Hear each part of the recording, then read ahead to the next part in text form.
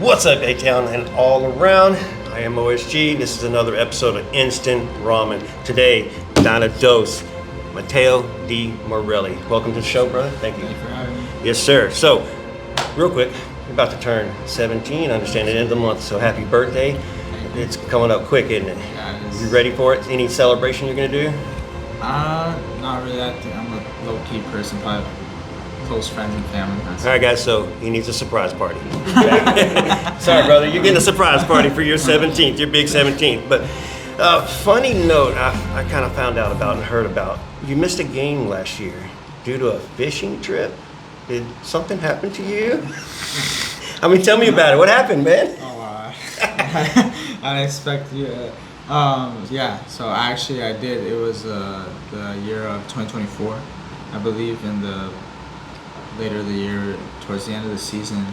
So I went fishing with one of my teammates on the second team, Isaac, Yep. and we were out fishing, and I had chanclas on, barefoot. So basically, like, my toes were out, my legs were coming. I was wearing really short shorts, and out of nowhere, I feel this like sharp sting in my left ankle, and I'm like, oh crap, like what's that?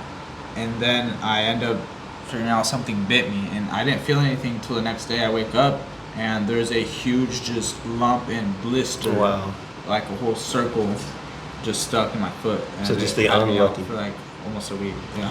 Yeah, so sorry about finding out about that. it was a funny little icebreaker, but yeah, usually we hear injuries that are game related or something like that. But that was kind of a little funny one to me. But man, your brother and father, from what I'm understanding, is a big influence. They were soccer players as growing up. Big influence into your life as part of soccer players. They're still with you every day, Yeah. backing you Yes, up. Biggest critics. Yeah, I would say so. My biggest supporters, been there since the start. Absolutely. So with that, you have quite a big heritage. Correct me if I'm wrong. U.S., Mexican, Greece, Albanian. Correct. I love that. So tell us about that. The cultural from each one of them. How does that take into your soccer device, man? I think obviously it's a sort of like an advantage. Yeah. Obviously when there's like national team things for me, youth national team call-ups. I've said this before. Some players only have one nationality. Say their both parents are American and they were born here. They have USA, so it's basically that or nothing. For me, it's sort of a little bit different, as in for like, say, a situation where something goes wrong with USA, or I didn't get picked for that roster, and then all of a sudden Mexico calls me up. Yeah. And with having those cultures a part of your lifestyle, how much does that help you becoming the player that you are today? It's not just all U.S., Mexico style. You get Albanian, Greece style. I think it's helped me a lot, to be honest. I've had a really good fair share of all the cultures I've been to, every single other countries, Greece, Albania, and Mexico. So yeah, I think I love the cultures, and it's helped me to be the best of my soccer abilities. I love hearing that, man. Getting out there and getting to experience it all too has to be huge. So, speaking of experience, U17 2026 CONCACAF Championship was just recently played that you were involved in. How was that experience for you? It was amazing. To be honest, I feel like it was a really good milestone for me, just getting on a big stage like that where it actually meant something, not just like international friendlies, but having the World Cup on the line. Yeah, and succeeded, right? Yeah. So, anything you can bring back to your teammates from that experience? I know there's some others that get to play on the other teams as well, but anything you bring back to these players here to maybe help them along? I would say just always be ready for when your chance comes, because it was the last game against the Dominican Republic, and I got subbed on pretty early into the game. So I think if I had prepared myself a little bit better, I would have had a better game. No, that is good advice. Always be ready, always be prepared. Your number does get called all the time. Well, speaking of all this experience, everything that you've been succeeding in, and the Dynamo have seen and recognized it as well, and you have just signed your first pro contract, 21st homegrown for the Houston Dynamo. I know the pro contract technically doesn't start till 2027, but it's on the edge. What did that mean for you to especially get that call, man? To be honest, a true blessing. I mean, obviously, I can't thank the club enough for trusting in me, and now that I have to work double as hard. Me and my family are both agreeing on this, though, that even though I have, the contracts there, it doesn't mean anything. It doesn't limit me to what I can achieve in the future if I just put my head down and be humble and work hard. I love that. I love that aspect of it, man. That is freaking great. 21st homegrown too. So, being a homegrown from Houston Dynamo, you're a Houston native. You grew up here playing youth soccer. How much does it mean that you're going to have an opportunity, hopefully an opportunity, to play for the badge on the first team? I think it means almost everything. I love this city. I wouldn't rather live anywhere else. I love my area where I live inside there. So I think it's going to mean a lot if it does happen one day. Hey, it's going to happen, man. Hopefully you get that opportunity. We don't. We're not going to jinx anything. It's just going to happen. Well, I've seen your work ethic, seen you play, seen your motivation out there. Look at you on the field, and that's a kid that's going to go somewhere. So you're going to be a professional very soon. Obviously in 2027 by your contract. But with that going, what are some of your personal goals now that you do have that contract? So there's a lot of pressure on you at the same time now. Have you set any goals for yourself?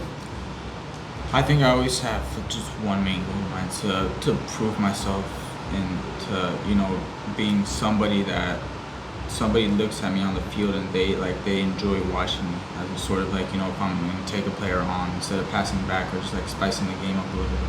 And with you being on DOS for the past 2-3 years, you've had several coaches now, and several good coaches too. Yeah. Obviously, all getting promoted to the first team. Now, Jeremy Hurdle, exactly. know him; he's pretty good. So tell us about those coaches and those experiences that you get from them. And I think it's been great with every single one of them. So it started with Kenny Bundy, then Marcelo after that, and now it's Coach Jeremy. But it's been amazing. Kenny started me off, gave me my first opportunity on the second team. Then it was Marcelo the second year.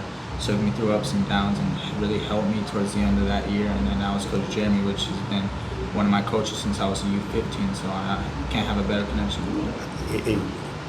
It makes it easier for a player to grow and excel when the coaches are there instead of the cycle of coaches just changing and the style changing. So with that, with being with Dose this year, the style, how much of Dose can translate to Dynamo? So like Ben's tactics, Jeremy's tactics, how much are the same to where if you were to transition tomorrow to play against Colorado, would you be ready? I think so, to be honest. It's almost exactly the same wingback style with 2 10s and a 9. We play very similar to them, but yeah, I think if any single person on the second team was put in there tactic-wise, they'd be ready and they'd understand the game. Oh, I like that, man. See, already. Got to get you up there then. With that being said, now that you're U.S. national team, practicing with the first team, have you found a mentor on the first team, or is someone taking you under the wing for the first team, giving you advice on the side? I'd say there's a decent amount of different players who give me advice on the first team. There's Hector sometimes, and other times it might be if I'm on the wing with another player, sort of if it's a nollie or something like that, they'll always give me a hand or give me a piece of advice. Well, speaking of positions then, where do you like to play? Where do you want to play?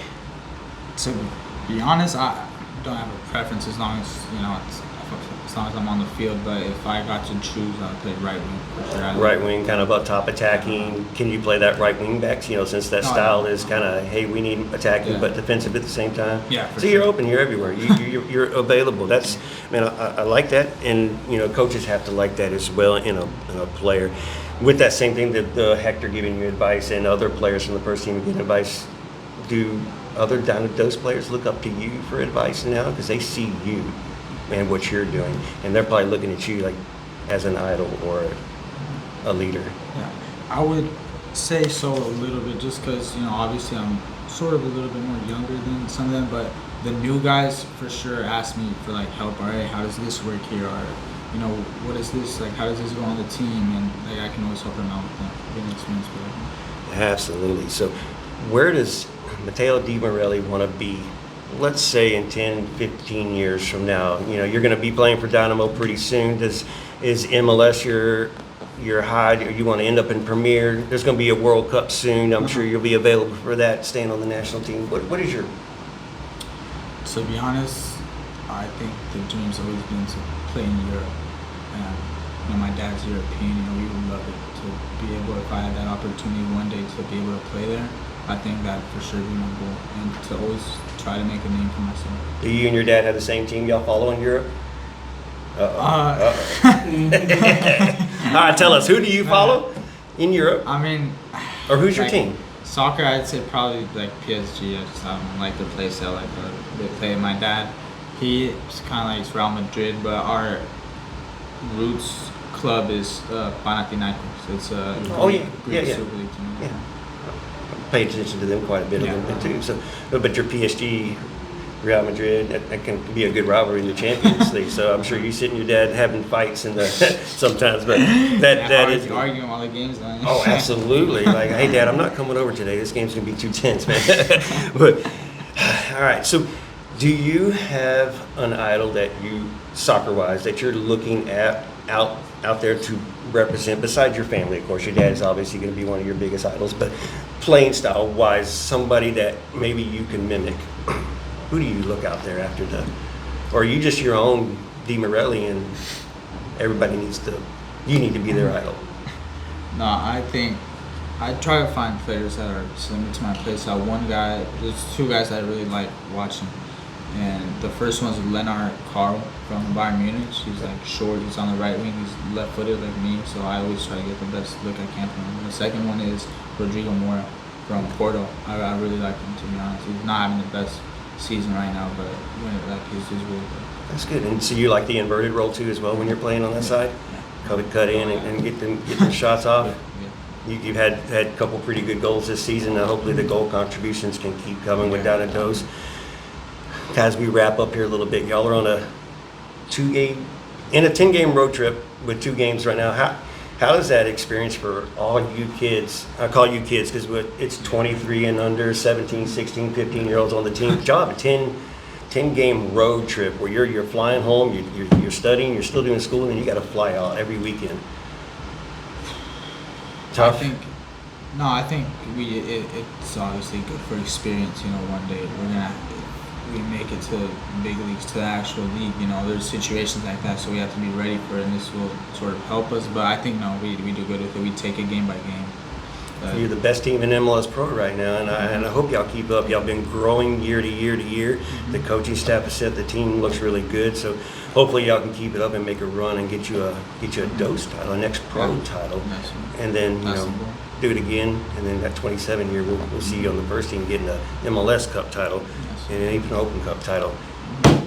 Instant Ramen. This is Mattheo Dimareli, Houston Dynamo, future Dynamo player, and we'll see where he goes after Dynamo when we give him his contract that he needs. Thank you, sir. So appreciate you. Appreciate H is up. Yeah, throw the H. Let me take a picture of y'all throwing the H. I like to interview more players.